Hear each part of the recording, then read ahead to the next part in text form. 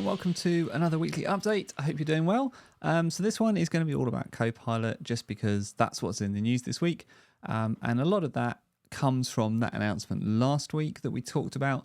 And I recorded the weekly update before the announcement went out, so we didn't know that much about it. I talked about what I thought it might be and what I was wanting it to be.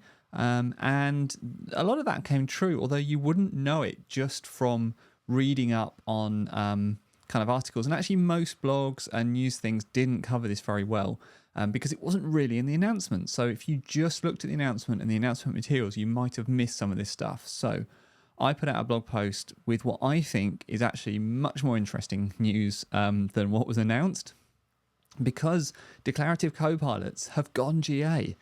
And they've also had a name change. They're now called Declarative Agents. So let's go through quickly this blog post because we could spend the whole 10 minutes on that, and I don't really want to do that.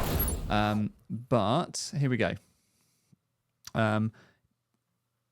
Yeah, so big thanks as well to Kevin McDonnell. I put his link in the top of this blog post because he really helped go through some ideas with me, and I was bouncing some ideas off him, and we had a conversation after the announcement to get clear in my head about all the things that are happening. Go and listen to his Copilot Connection podcast as well if you're not already, because it's excellent. So the big announcement for developers really was Copilot Agents. Now, what does that mean? It's a few things. So it's a rebranding of some existing things. So all of the kind of plugins, the messaging extensions, all that kind of stuff. They're now going to be called Copilot Agents. There's a Copilot Studio Agent Builder, which is like a low-code solution. You can start there and you can jump out as well. You can use Visual Studio Code as well. Blah, blah, blah. This I put in the blog post because I talked about it when it first got announced at Build. And when we talked about this at Build, most of this you couldn't do. Now I think you can do almost all of this. There's a few things... where are we? There's a few things that are still preview and that aren't necessarily there. But yeah, so we've got big renaming. And then this big thing is declarative agents that have now come out of private preview. They are now GA. And I think that's going to be cool. Yeah, so very exciting for that stuff. On the plugin stuff, the plugins and extension stuff, yeah, there's a few gotchas that I think are worth just reading through. I'm not going to go through them all. But in general, it's all kind of good news. There are some things, like I say, that are still in public preview that you can use in some places and you can't use in some places. So there's a bit of a matrix there. So that is worth looking at. But declarative agents, they're a biggie. I think that's going to be cool. And I can't wait to get started with declarative agents. I've got an idea in my head for something I want to do. So I'll see how that goes.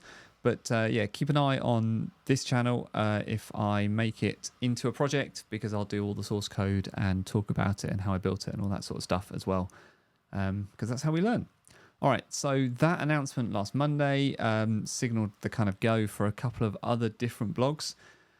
There was this one from the Microsoft Teams blog talking about how Copilot Agents enhance collaboration with your team. So this is a fairly non-technical one. It's about the benefits of using agents. This is kind of, I think, designed to get people on page for, okay, how do I dig into and use agents? This is more about users finding different agents, so how they're going to show up in the store. And this is useful as a developer. This is useful just to see what that experience is going to be like once you've built an agent. Where can you expect it to appear? Because there's some good screenshots in here for where you can expect it to appear in the store, what the installation experience looks like, and how then users are going to access it. I expect this to change over time, but this is a good snapshot of this is how things are right now. Microsoft want people to use agents and get the kind of usage numbers up on these things. So over time, I think we'll see more and more agents in your face. You'll be prompted to use agents a bit like we used to be for apps. Maybe even we'll see app-in controls to see agent apps or agents, I suppose, pre-installed for users. All right, a bit more focus towards developers for a minute. 2 other blog posts which have also come out. And this is around getting your new Copilot agents into the store. So there's updated validation guidance, and I'll put a link to this in the description as well. This is for a few different things. So you can see there's a big list of kind of gotchas here. some of the stuff I was talking about, plugins for 365 Copilot are in preview. Messaging extension plugins are in public preview for these places and not in these places. It works here and it doesn't work here, all that kind of stuff. But this is guidance specifically for Copilot agents. So this is worth reading through if you've got a Copilot agent you're trying to get into the store, because Microsoft have very specific validation guidance for you. And this is useful. This is really useful guidance because this is written by the people that approve and deny those kind of things in the store. They've got a version of this that they use to kind of mark you, I guess, when you submit your agent to the store. And also this is based on the things that people commonly do that get them refused from the Teams App Store, right? So this is really useful as a kind of checklist to go through to make sure you're not doing something innocuous that actually you're not allowed to do. And there are definitely things in here that are worth looking at. They've got lots of information and guidance on, Copilot agents, for instance. This one is really interesting. I'm going to jump to this, right? Compound utterances. Copilot agents must support at least 3 unique compound utterances by handling 3 or more parameters. Okay. I mean, so yeah, wow. So this is interesting. I mean, this is interesting by, 3 unique compounds, so 3 or more parameters. I mean, this one, I feel like supports 2 with stock and seafood. So maybe that's a poor example. So I don't know how hard-nosed they're going to be on some of this stuff about whether they approve or deny based on this. But these are the kind of things you might expect them to come back to you and say, you need to try harder here. This needs to be a better experience here, and so on. The other thing is a kind of sister blog post, I guess, which is guidelines for creating and upgrading Copilot agents. Again, a bunch of disclaimers at the top, but this is kind of useful information once you've decided you want to build one and you're not quite sure where to go first. This is some good tips and tricks about how it works, and some good pointers for things like good descriptions. If you remember, earlier this year, I did a video all about the importance of naming and descriptions and describing how your app works. That's what this is talking about.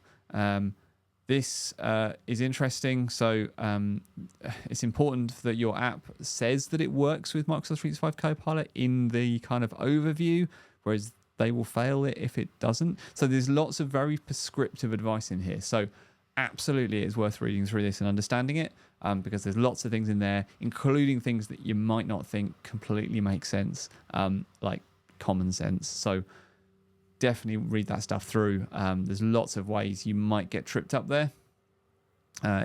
Definitely worth looking at.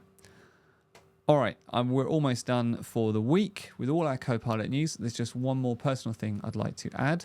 I'm going to be running a half marathon soon for charity. Now, this is something of an undertaking for me. I've never run anything more than a 10K before. So this is significantly more than that. I've been blown away because I set an initial target and it's already been reached. So I'm going to up the target. My original target was 250 UK pounds. I'm going to up that to 350, but I need your help. If you'd like to sponsor me and you're able to, that would be amazing. I will put the link in the description. But yeah, that's what I'm going to be doing. And over the next couple of weeks, it's at the end of November. So I've got 2 months of training to figure out how to go from 10K to half marathon. So we'll see. Feels doable if hard. So we'll see. If you'd like to, sponsor me, that would be utterly amazing. I'll put a link in the description. Anything you can give would be really appreciated. I'm running for the Priscilla Hospice charity. They do end-of-life care and palliative care in my region. Really important cause. And that's touched kind of the lives of people I know recently. So it's a cause near to my heart. All right, thanks very much for watching, and I'll speak to you again next week.